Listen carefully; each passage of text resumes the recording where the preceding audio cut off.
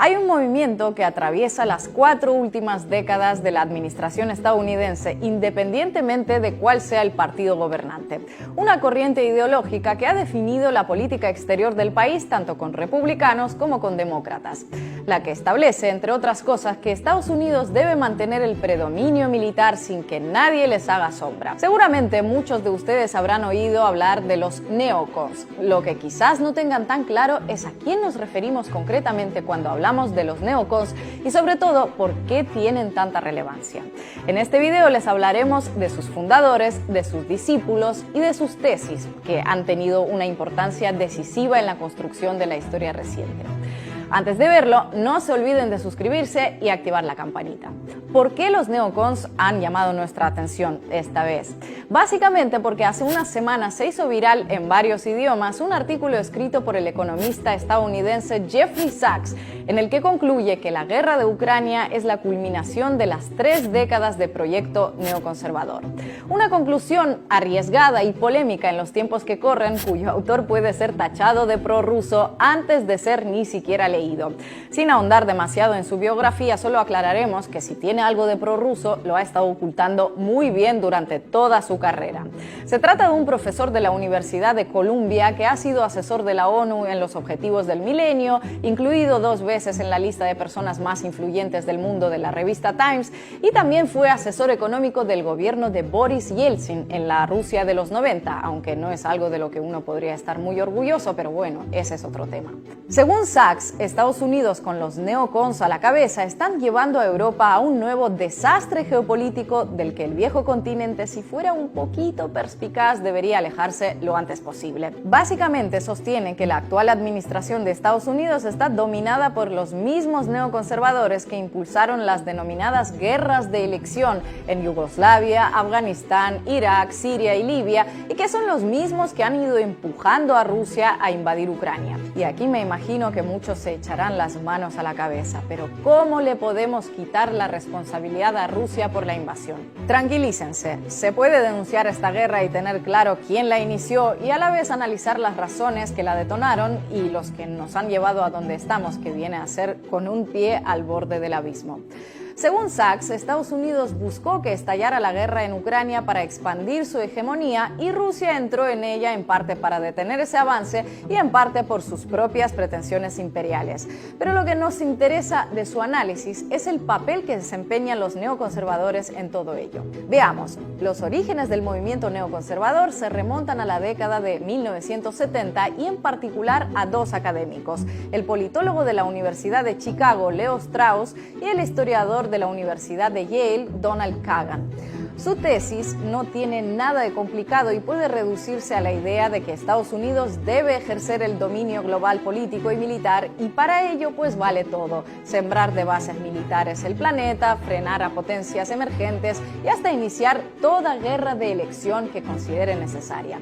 Y con guerra de elección se refieren a toda aquella guerra que elijan iniciar sin necesidad de que ésta sea provocada por razones objetivas más allá de su propia conveniencia como líder del mundo libre. Incluso aunque esas guerras lleven al resto del mundo a no ser tan libre, como suele acabar pasando. En los años 90, el entonces secretario de Defensa de Estados Unidos, Paul Wolfowitz, plasmó todas estas ideas en un documento titulado Guía para la Política de Defensa, también conocido como Doctrina Wolfowitz. En principio se trataba de un documento confidencial, pero se filtró a la prensa estadounidense y de ahí nos enteramos del papel predominante de Estados Unidos en el nuevo orden mundial, de su objetivo de retener el estatus de única potencia, del unilateralismo, o dicho de otra manera, la carta blanca para pasar de las organizaciones internacionales y de sus resoluciones y de las intervenciones preventivas. En el documento también aconsejaba ampliar la influencia de Estados Unidos en Europa Central y Europa del Este. De hecho, ya en abril de 2006, Robert Kagan, hijo de Donald Kagan, recuerdan uno de los padres intelectuales de la doctrina neocon, explicaba en un artículo la conveniencia de la incorporación de Ucrania a la OTAN y a la Unión Europea idea como forma de lograr la expansión de la hegemonía liberal occidental. Puede parecer una opinión de un particular cualquiera, pero en esa misma época su mujer, Victoria Nuland, era embajadora de Estados Unidos ante la OTAN bajo el gobierno de George Bush hijo. Nuland se hizo después famosa por su recordado "Fuck the UA" en un audio filtrado en plena revuelta del Maidán mientras organizaba la composición del que tendría que ser, en su opinión, el futuro gobierno de Ucrania. En esa misma época también se dedicó a repartir panecillos entre manifestantes en el centro de Kiev. So that would be great, I think, to help glue this thing and have the UN help glue it. And, the EU. En esos momentos ya trabajaba para otra administración, esta vez una del Partido Demócrata. Era secretaria de Estado adjunta de Asuntos Europeos y Euroasiáticos entre 2013 y 2017, bajo el gobierno de Obama. And, the EU. Con semejantes opiniones en momentos tan críticos, cualquiera pensaría que su carrera política, o al menos su carrera diplomática, estaría acabada. Nada más lejos de la realidad. En el momento actual se desempeña como subsecretaria de Estado en la administración Biden. Sin duda una figura conciliadora y lejos de toda sospecha para manejar una crisis como la actual, teniendo en cuenta los intereses de todos los implicados, ¿verdad? Otro de los neoconservadores ilustres también les debe sonar. Se llama Elliot Abrams, un especialista en temas de Latinoamérica. Durante la administración Reagan se involucró en el escándalo Irán-Contra, que consistió en financiar al movimiento de la Contra nicaragüense para atacar al gobierno sandinista, y en hacerlo vendiendo armas a Irán y mediante el narcotráfico, nada menos. También lo vinculan con los escuadrones de la muerte entrenados por Estados Unidos que asesinaron a unas 1000 personas en la aldea del Mozote en El Salvador. El antiguo asesor de seguridad de Trump, John Bolton, que hace unas semanas reconoció haber participado en unos cuantos golpes de Estado por ahí, es otro representante de esta corriente. Y podríamos enumerar más y más nombres, pero la pregunta que una se hace a estas alturas es ¿de qué forma lograron influenciar tanto en la política exterior de todo un país y en las mentes de todo tipo de gente, tanto dentro de Estados Unidos como fuera? Les doy una palabra clave: think tanks, respetables instituciones académicas, los centros de estudios estratégicos, estos organismos independientes que forman a un sinnúmero de analistas, politólogos que darán marco a toda la política exterior de Estados Unidos.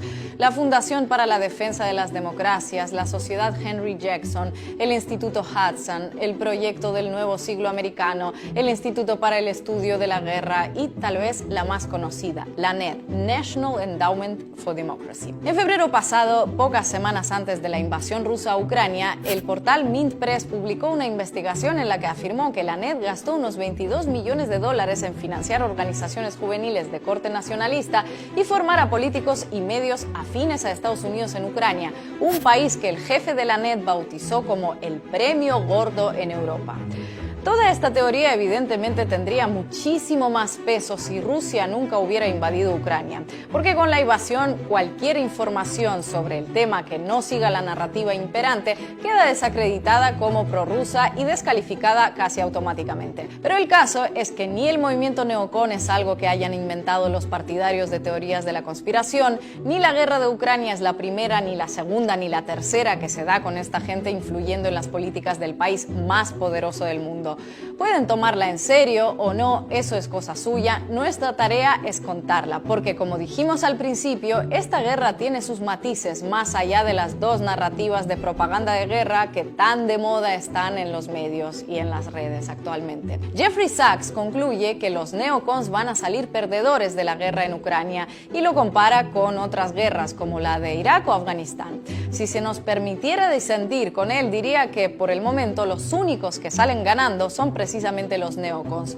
Ucrania está perdiendo población y territorios, Rusia también está viendo cómo parte de su población muere, está aislándose cada vez más y está aplicando políticas mucho más propias de esos mismos neoconservadores que de aquellos que se oponen o nos oponemos a ellas. Y el que parece estar ganando está a miles de kilómetros comiendo palomitas.